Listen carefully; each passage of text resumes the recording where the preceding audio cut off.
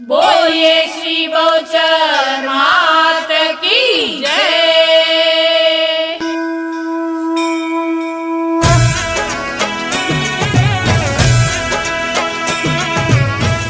आज मने आनंद माध्यो अति गणो मा गावा गरबा छंद बहूचर मात तणो मा हरवे अर्पं पार अपेक्षा जो आणी मा कोई इच्छा प्रतिपाल जो अमृत वाणी मा स्वर्ग मृत्यु पाताल वास सकळ तालो मा पाड करी संभाळ कर जालो मारो मा तो तड़ा मुख तन्न तो